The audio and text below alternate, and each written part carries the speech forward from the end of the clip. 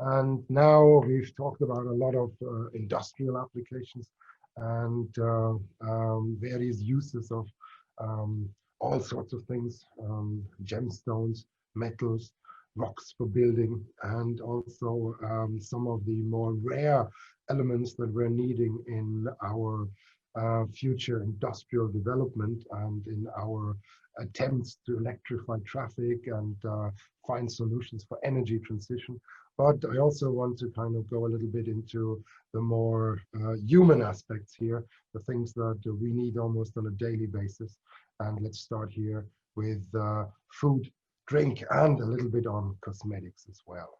So here is a little place in the Cape Verde Islands. It's a tiny little island group in the Atlantic off the eastern coast of Africa. And here, sorry, the western coast of Africa, my fault, the western coast of Africa. And here we have a volcanic crater, and the islands are volcanic in nature. And here's a explosion crater, and it happens to be close to the coast. And people there have been rather nifty. They have exploited this. They have dug a little tunnel, and this tunnel connects the crater to the sea. And you see these wooden constructions. These are shutters. And with those, they can open or close the tunnel, and they can allow water, seawater, to come in. And then they close the shutters again. And once the seawater is in, they just leave it there for evaporation. And they produce salt, sea salt this way. I've showed you salars, salt lakes in the Atacama Desert just before our break. And now I'm going to show you some human-made salt lakes, and this is one of them. And I visited the place a few years ago, and it's apparently very good for you because it's got a lot of good elements in there, like iodine, etc. So sea salt is, so some people claim at least, better than rock salt. And here is some more impressions. Here's the shutter system, and over some strings and cables, it allows the seawater, and you see the entrance in the top right, it allows the seawater to come in, and therefore they could create these artificial salt lakes that are used by evaporation for salt production. And back in the days when sailing ships were still a key method of transport, it was vital that we had a lot of salt because we needed to preserve food with it. And here, particularly for transatlantic traffic or for traffic into the Indies, salt was crucial in order to make certain foods last a lot longer. So here is a little salina, a little salt production place in the Canary Islands. This is on one of the most westerly islands, the island of La Palma. And this actually has a Michelin restaurant attached to it, one of these really fancy eateries. And they produce high quality salt. And I took the pleasure of having a lunch there once, and they mix the salt with all sorts of other things, with red wine, for example, so you can have red salt, and it's really nice flavors they offer there. So here you see the basins where they have the water evaporating, and you create different types of salts this way. And I should point out, not only can we create salt this way, and volcanoes or oceanic volcanic islands are often kind of a main place for doing so, we also need to think about waters. Volcanoes have a lot of water usually attached to them. We have aquifers that go through volcanoes, and volcanic rock is a very good filter. It produces very clean water. At the same time, the water has certain nutrients that are coming from the volcanic rock. And if you have ever been to France, for example, you probably know that Volvic is one of the main brands there of water, and it comes from the volcanic area of the Auvergne, and I showed some images for building materials earlier in that area. And here the water is supposedly extremely good. It's very clean. All of the microbial contents have been filtered out by the volcanic rock, and certain nutrients are enriched in the water, so making it one of the best waters ever. And as you probably know, lithium is often used for medication, and it makes people a little happy. And if you drink water from volcanic areas, there's more lithium in the water, and they find that those areas have usually, statistically speaking, lower percentages of mental health issues. And some researchers believe that this may connect to the minerals in the water. Very close to that volcanic area is the little town of Vichy. And Vichy, this was an inspiration from my wife. She pointed out that Vichy Cosmetics, actually, if you look at the small print here, it says it's actually made from volcanic water. So whether this is now really true or not, I can't tell, but the argument that the company there makes is that the water is particularly good for your skin. The volcanic water is one of their secret ingredients, so to speak. Well, having said this, I showed you the Blue Lagoon earlier, and this is one of the cosmetic outlets attached to the Blue Lagoon. Some of the salts that precipitate from the hot water, they're very rich in silica and other minerals, and they're used for cosmetical purposes. So apparently it's very good for your skin. If there's people with skin issues, they're recommended to use these cosmetics or actually bathe in those waters. And by now, this is a huge market. The Blue Lagoon is actually the #1 tourist attraction in Iceland by now. And many of these cosmetical products are sold, particular to Southeast Asia. For some reason, they're particularly popular there. And Japanese people seem to love cosmetical products from the Blue Lagoon. And this has become a huge revenue stream for Iceland, which doesn't have a lot of industry apart from fishery, and therefore tourism and selling products to tourists has become a major income strand, particularly since the financial crisis from a few years ago. Here's an interesting thing. I also found this on Iceland. This is from a shop in the airport. I was a bit perplexed at first, but apparently some people don't like to put ice into their whiskey, but they like their whiskey to be cold. So what you can do is you can freeze these volcanic stones and you put them in your whiskey. So your whiskey gets cold, but it will remain undiluted because whiskey and stone don't interact. And therefore you can preserve the clean nature of your drink while at the same time cooling it. I thought it was an interesting application, though I'm not sure how many of these they're actually selling. Now, having said that water is important, well, many volcanic areas are using volcanic waters. And here is an example from Tenerife. This is Teide volcano. It's the tallest mountain in Spain. And it's given the logo, it's given a certain patronage to the local brand of beer, which is called Dorada. And this is sold all over the islands, and it uses the logo in its branding. And the issue is that the water is in fact volcanic, and the argument is the water is particularly clean and therefore especially good for brewing. This phenomenon is not just unique to Tenerife, it's actually a rather widespread phenomenon.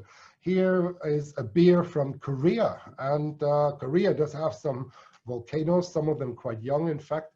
And here the logo, it's a bit more hip, it's a bit more modern, but the logo depicts a volcano, an erupting volcano, and they also pride themselves in using clean volcanic water.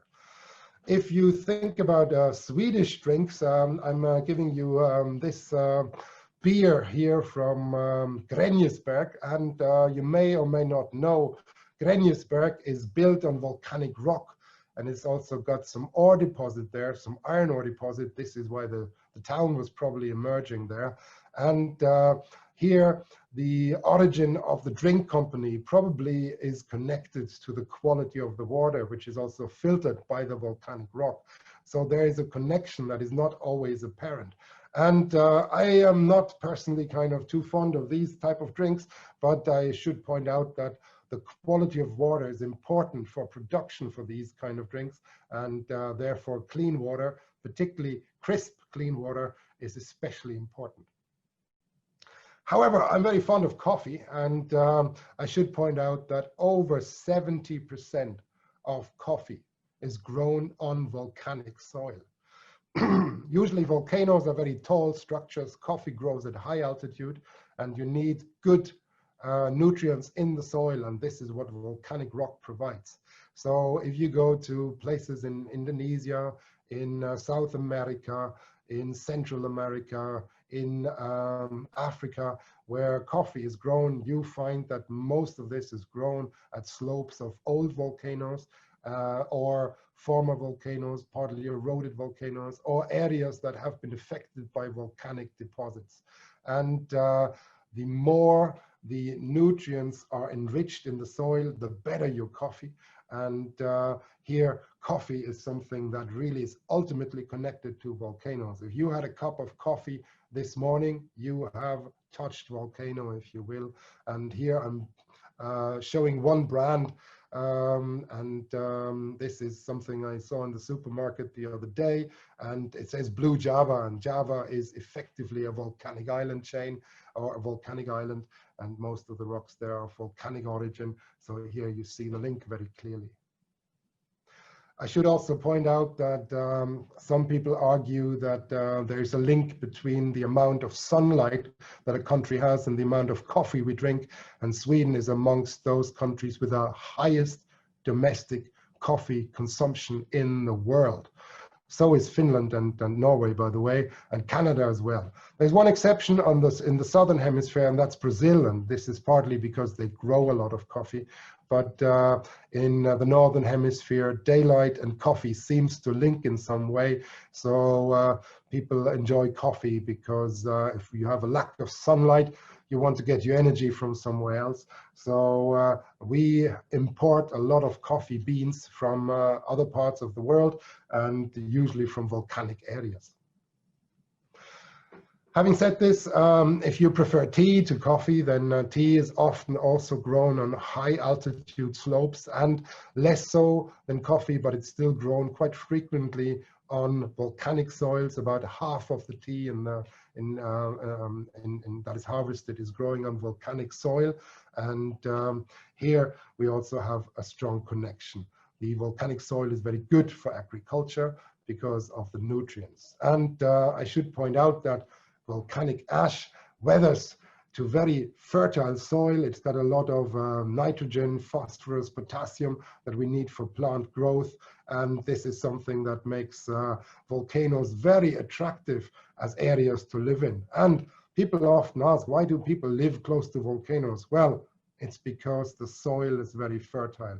In Indonesia, for example, you can have 3 rice harvests close to volcanoes and only 2 further away, making it a financially attractive proposition to live close to volcanoes.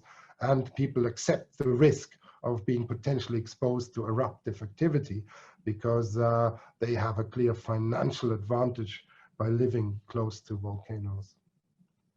Now, here is Merapi volcano again, and there's some rice paddies in the foreground. And when you have volcanic soil and a lot of moisture, i.e. tropical environment, tropical climate with a lot of rain, then it's super lush, it's super fertile. And this is why all these spices were imported from the East Indies already hundreds of years ago. And here is the Merapi volcano again, and you see this is a little storm coming up. It's in the rainy season, and the volcano is steaming away, and there's a lot of water, and it allows a lot of plant growth. And this goes even further. Here is some photos from the slopes of Merapi volcano. This is chocolate beans, and they're grown there originally from South America, from the volcanic slopes of South America. But now chocolate is grown all over the world in volcanic areas.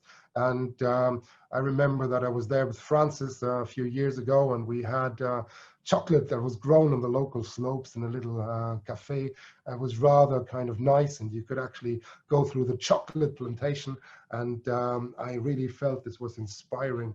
And yeah, so here's some impressions of that. So many of the chocolate bars that you consume actually have a volcanic link as well. And this is reflected in some of the brands. And I don't kind of want to advertise any here in particular, but The most famous chocolate bar in Iceland is called lava. And I think now I realize why, because there's a connection, but there are several other brands as well that use this connection in their advertisement.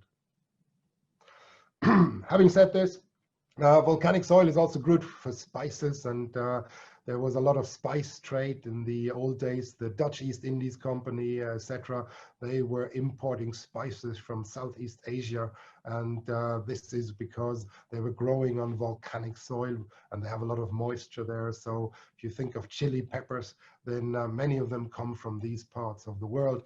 This is why many of the curries in those parts of the world are also actually very spicy. This is grown partly because it's good for keeping food longer. It's antimicrobial, so it kills off germs in the food. It makes meat last longer, for example. So this is not just for the taste buds, it's actually for a real purpose. So it allows you to keep foods longer, and that's a real advantage for a civilization. If you don't have to eat the meat immediately, if you can make it last via salt and spices for a little longer, then it's an advantage clearly in a changing environment. So here's an interesting plant. I stopped being super fond of it a few years ago. This is tobacco. And tobacco is nowadays used increasingly for medicinal purposes, and it's got a very strong smell, and it's used as a fertilizer these days, but traditionally it's been used for smoking, as you all know, and in Sweden it's still widely used for chewing, as chewing tobacco. But of course, overconsumption has clear health problems that come with it, and therefore it's probably not a wise thing to overindulge in it. And this is grown on the slopes of Merapi volcano. And if you look very carefully on the right-hand side, you see little specks of ash still on the leaves. So some of the recent eruptions has deposited some ash on them, and this can actually kill the plants. But tobacco is a very robust plant, so it tends to survive. So here, the life cycle of tobacco plants, the small seedlings, the middle ones, and then the flowering tobacco plant that is then harvested, as I stressed, increasingly for medicinal purposes and also as a fertilizer. So here are some impressions from the Canary Islands. Tobacco has been grown there for a long time. Winston Churchill's cigars were apparently from the Canary Islands, and this is again because of the nice fertility of the soil and the high altitude. So tobacco doesn't grow at low altitudes. You need slightly elevated altitudes for it to grow, and this is what volcanoes provide. Now here's something interesting, and this is rather important, I think, and that is from the island of Lanzarote in the Canary Islands. Here we have a lot of these volcanic sands, and the island is very dry. It's on the same kind of level as the Sahara, so there's not a lot of rain, not a lot of moisture. But the volcanic particles, they have bubbles, they have vesicles. I mentioned that earlier. And like in the Sahara, there's morning dew, and these particles, they capture the morning dew. And even if you heat them up, the vapor, the evaporating water, stays in these little vesicles, in the particles, and this allows people to grow wine there. And there was a big eruption in 1730 to 36, and people realized after the eruption that if they have a thin cover of these volcanic ashes and sands, the plants grow really well. If you have a thick cover, the plants die. So they cultivated this concept into this large application where they dig little holes that protects from the wind, and it allows a thin kind of substrate of volcanic material. And since those days, suddenly they can grow wine in these dry areas that are otherwise desert-like. And there is now a lot of discussion whether this might be a concept we could ultimately also use in the Sahara Desert, and to make some areas there fertile for food and crop growing. But this is a long shot because we would need to import a lot of volcanic particles there. But if human population rises like it does, we might need to kind of be very inventive about how we grow more food. And here is some interesting idea that comes from volcanic areas and might exploit volcanic particles.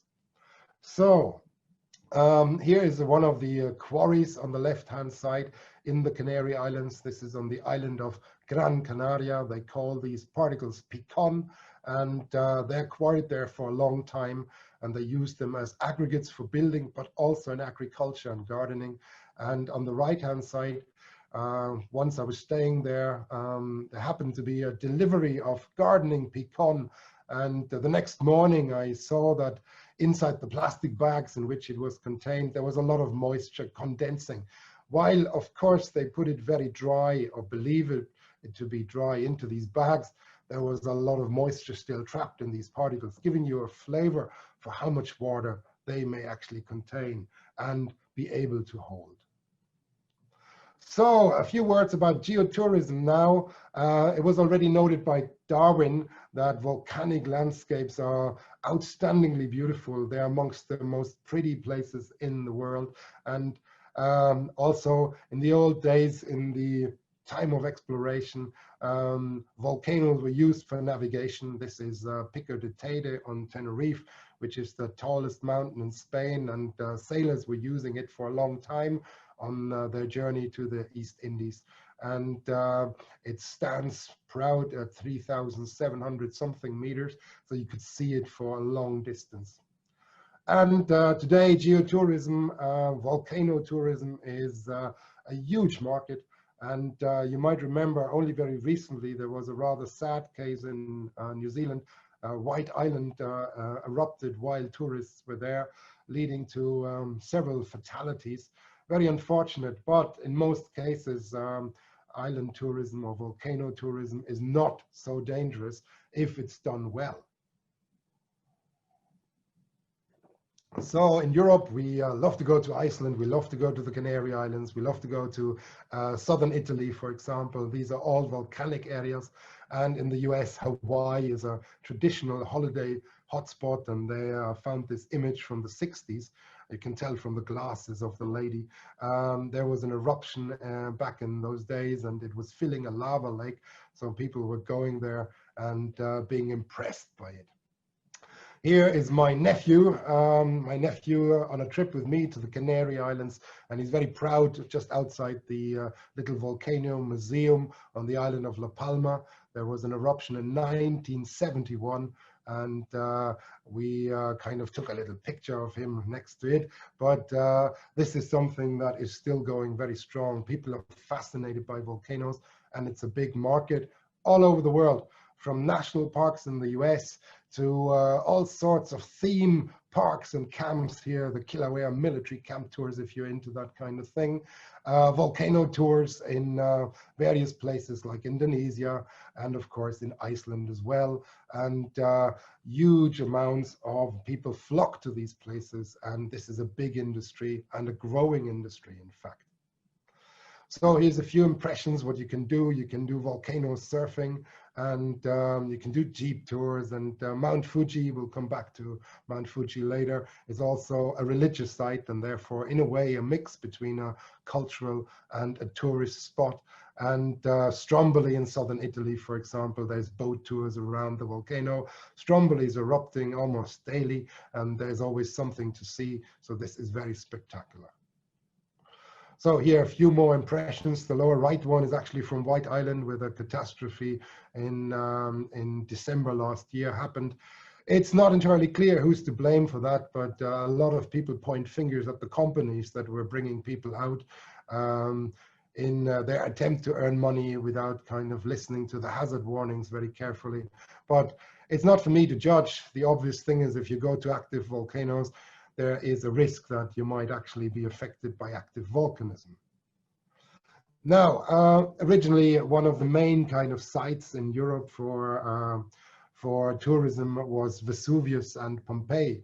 Pompeii was one of the Roman settlements that got covered almost entirely by a big volcanic eruption in 79 AD. It's now uncovered, and this is how an artist's impression might depict it.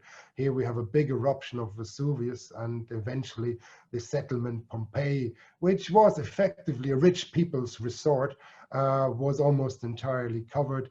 And sadly partly destroyed, but it also provides one of the best time capsules for us to study Roman civilization. We have no better preserved Roman settlement than Pompeii. So volcanoes have, in this case, helped us with archaeology as well. Let's not forget about that. So here's a few impressions of Pompeii and Vesuvius in the background here. And some of these gypsum casts of people, they give us kind of a glimpse of how these people spent their last moments. Probably not very kind of nice to think about, but what we have preserved is just outstanding. There's a Roman fast food restaurant there, and the Roman streets and how the drainage worked to one of the Roman roads here covered by pumice. It's still partly uncovered, so you see the pumice layers, the volcanic ash layers, and two of my colleagues there, and the Roman road that is covered, partly covered underneath it. So we get fantastic insight into how these people lived because of this situation. So that brings me on to volcanoes and culture. And as Darwin already noted, volcanoes have been a huge inspiration in many ways. And on Hawaii, there is a volcano goddess, Pele, as you probably know. And the local people, the Polynesian culture, is very fond of Pele. And Pele has a lot of temperament. She can get very angry, and she can also be very calm and subtle. And some days, if she gets angry, local culture says you are supposed to offer some gin to her. That would calm her down. People go and throw gin into the crater. I don't know really what it does, but it makes people feel better, I guess. It's a human thing that we like to communicate with higher powers. We like to think that we have an influence. Whether we really do or not is maybe a secondary issue. It's what actually calms our minds that what really matters here. So humans have a tendency to seek contact to these higher forces, and this often is reflected in these cultures. And we don't have to go to Hawaii, much closer. The Romans and the Greek cultures had already the god Vulcan, or Hephaestus as he was called in the Greek mythology, and this was the blacksmith living under Etna volcano, where he would produce all these beautiful jewelry pieces and also weapons.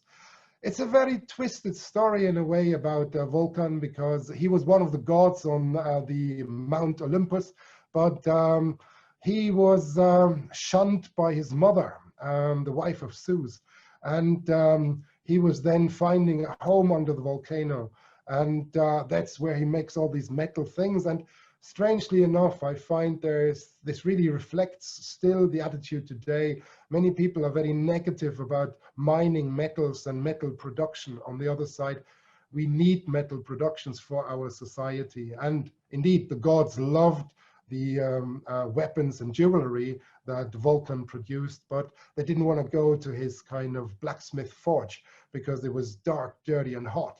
So it's an interesting thing. But Vulcan got his revenge. He developed several kind of devices that really made the gods having to listen to him. And here there's a kid's drawing in the lower left. The Cyclopes, they were helping Vulcan in his forge, and there he was producing all sorts of things, including thunders and lightnings. And so yeah, he was very, very important. Without him, our culture would not quite look the same. And notably, the Romans and Greek understood the link between volcanoes and metals already several thousand years ago. Here another link, the big fissure eruption, the Elgjo fissure that erupted in about 934 AD on Iceland, is likely a main source for the legends of the end of time, Ragnarok, the time when everything breaks down in Nordic culture, in the Nordic myth. So here we have to realize that the descriptions in the Edda, the main book that describes the Nordic myth, they sound awfully like volcanic events. There is a description that says, there will be a winter with greatest frost and keen winds, and the sun will do no good. There will be 3 of these. And this is usually what happens after big eruptions. There is a volcanic winter coming for several years, and the Edda is probably a record of that. Here it says, the sun will turn black and the land will sink into the sea. The brightest stars will vanish and fire will rage forth and the flames will lick the heavens itself. Boulders will slam together so big that trolls will tumble.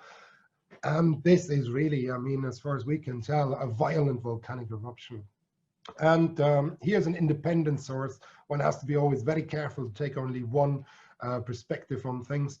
Here's an independent source from northern Germany, from the Saxon Chronicles. It says that in the years just before King Heinrich died in 936, 36 AD, that's when he died, there was many signs. And of course, the local people there, they wanted to make the point that their king was very important. So they said the mountains of the north were said to have erupted in flames and the brightness of the sun seemed to have diminished. So these things seem to fit time-wise and description-wise with big volcanic eruptions that really were then spun into legends and sagas to a certain degree. So this is not just unique to our part of the world. If we go to other parts of the world, this is very widespread. This is Indonesia again. Many of the local legends involve volcanoes. And here's a little newspaper clipping from a few years ago. There's local villagers that do a volcano dance in the hope to appease the erupting volcano. Unfortunately, many of these things are not necessarily fruitful, and some of the local people, particularly in Indonesia, that believe that they can influence the volcano, sadly, actually die. There was a big event in 2010, a guardian of a volcano. He was a representative of the local people. He tried to persuade people that the volcano is very calm and it will not kill people, but then he died himself in the eruption. And this is, he was almost misleading people and increasing a death toll. So these things can be dangerous, and I think modern science needs to help this a little bit. We need to actually get the death toll down, but instead of you know, increasing the risk for local people. Then there's a little banknote from Indonesia, 100 rupiahs, and it's got Krakatau volcano, the big volcano that collapsed in 2018, producing a tsunami, and sadly 450 casualties, fatalities in fact, coming out of that disaster.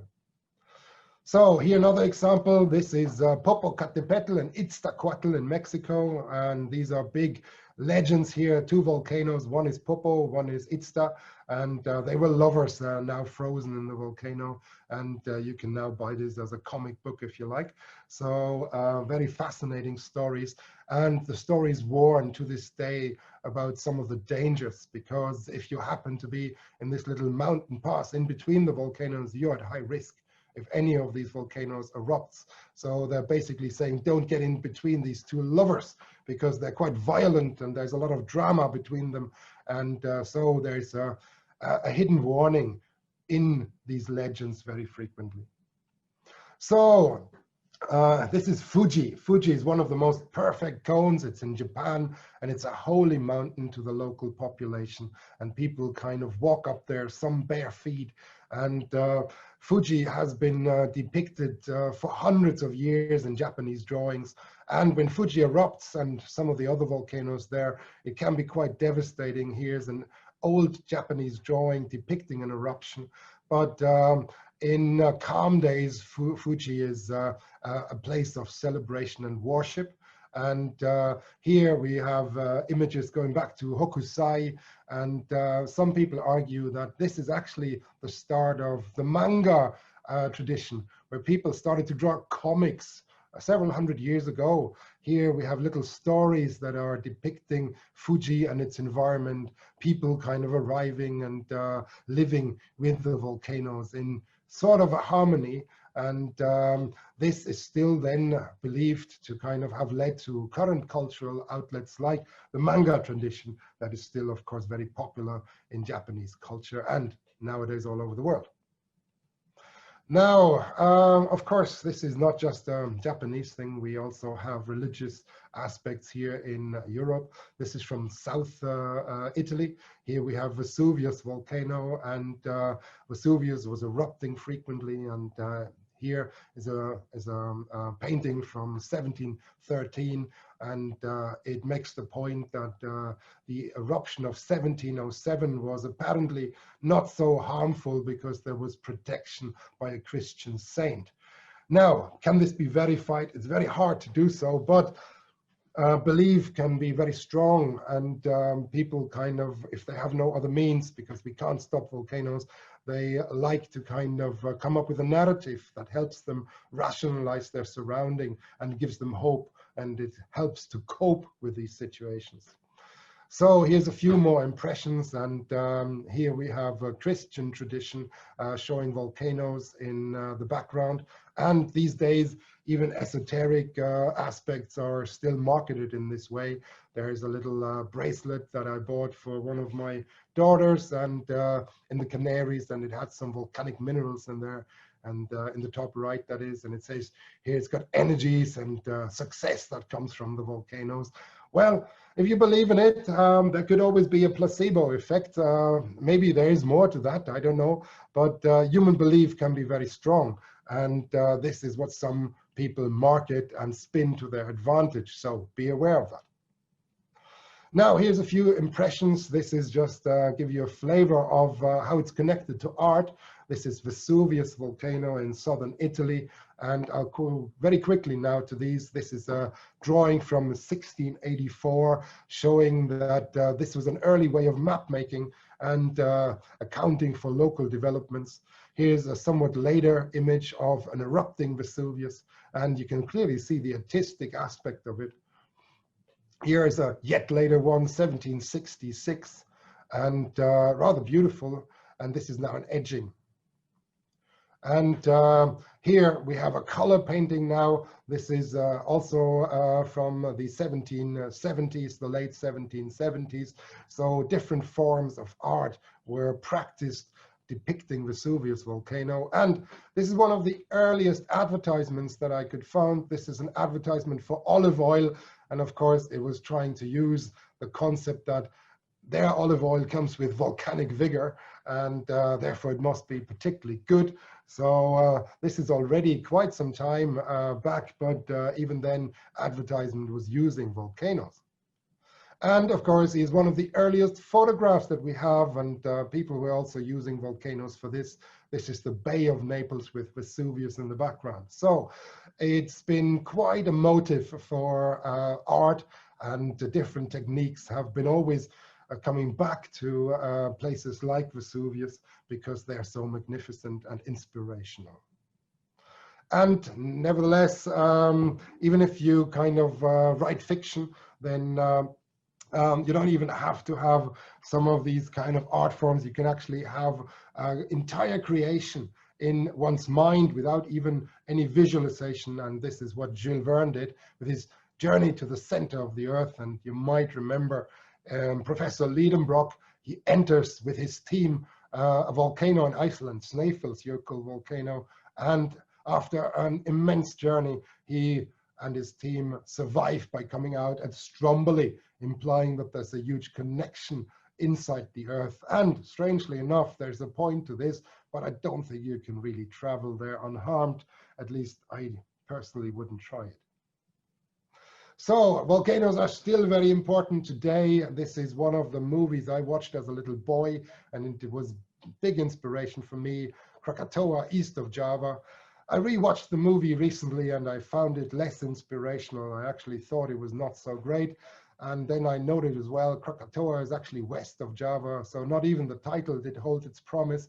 But yeah, well, volcanoes are inspirational and they provide a certain element of drama, and this goes strong till today. And there's all sorts of more modern volcano movies like Dante's Peak and Volcano, where there's a volcano erupting in Los Angeles.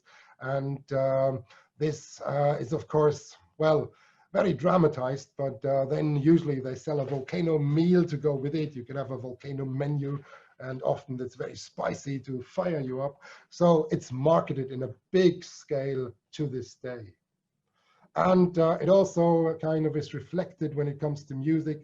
Here's one of the lesser known rock bands of the 80s. And this was a band called Krakatoa. They started off as a school band in the top left.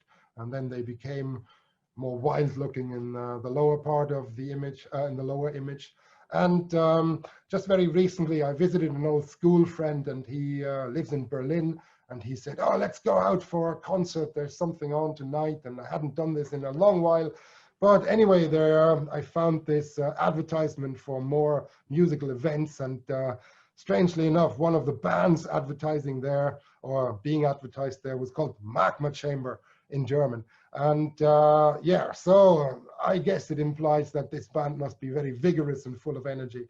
And then another friend sent me this image on the right. It's a radio station in New Jersey, and they also use the volcanic concept.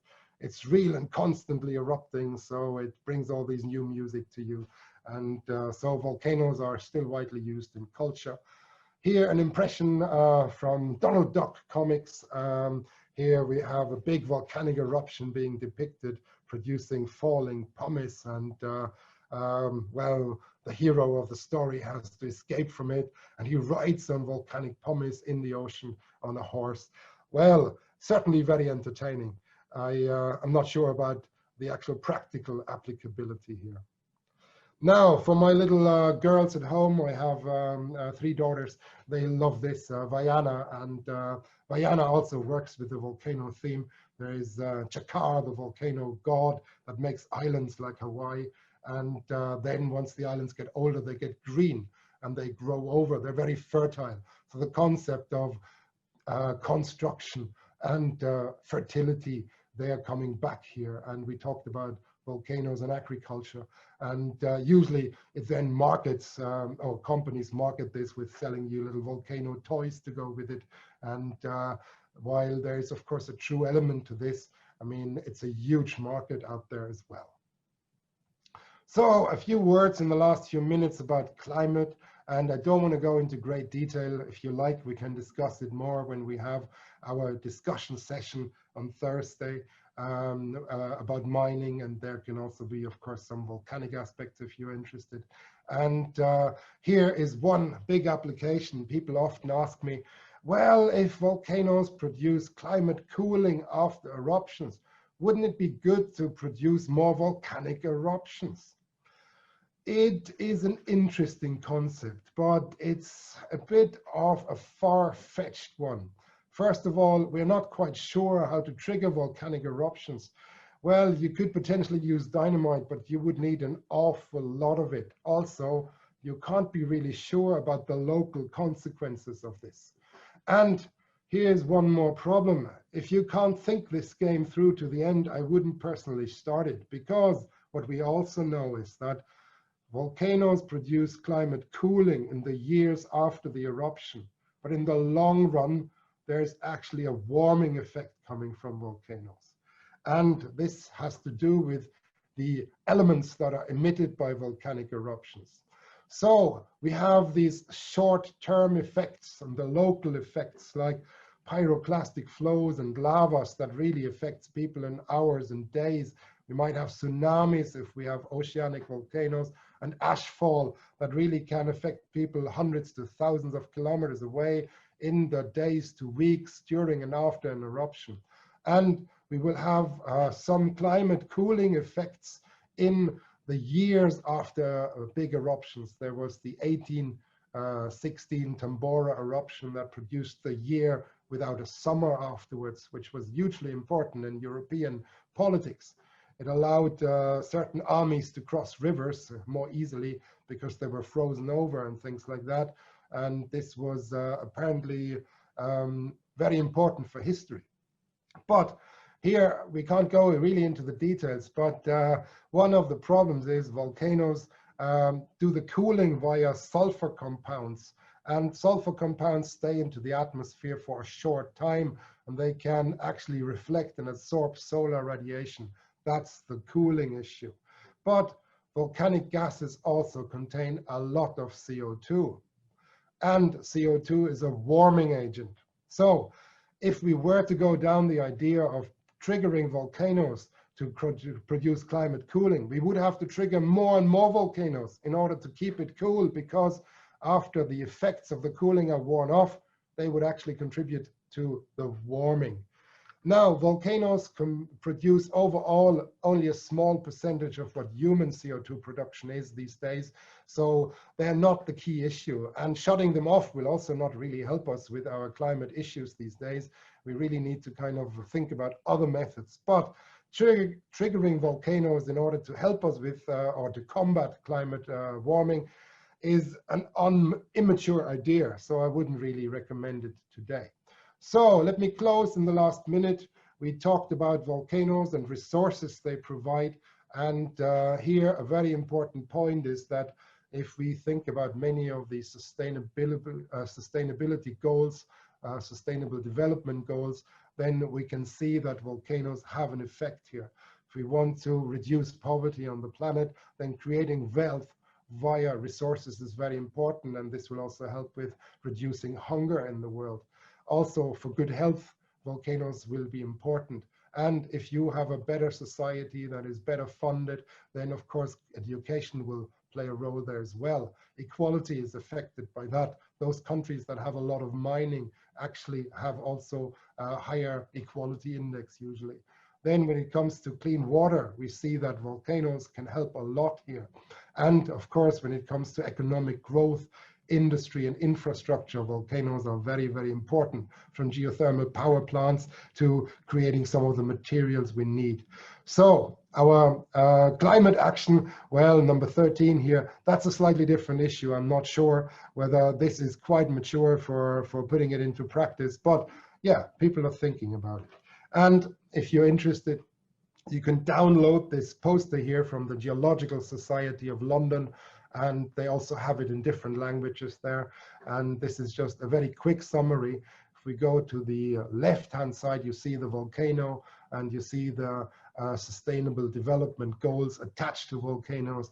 And there, in a very cartoon-like fashion, it links it to mining and to our battery technology, for instance, and also towards mineral resources, geothermal energy, and how it connects to the rest of society and our sustainability goals. So volcanoes are the start of it, and many of our resources come from volcanoes.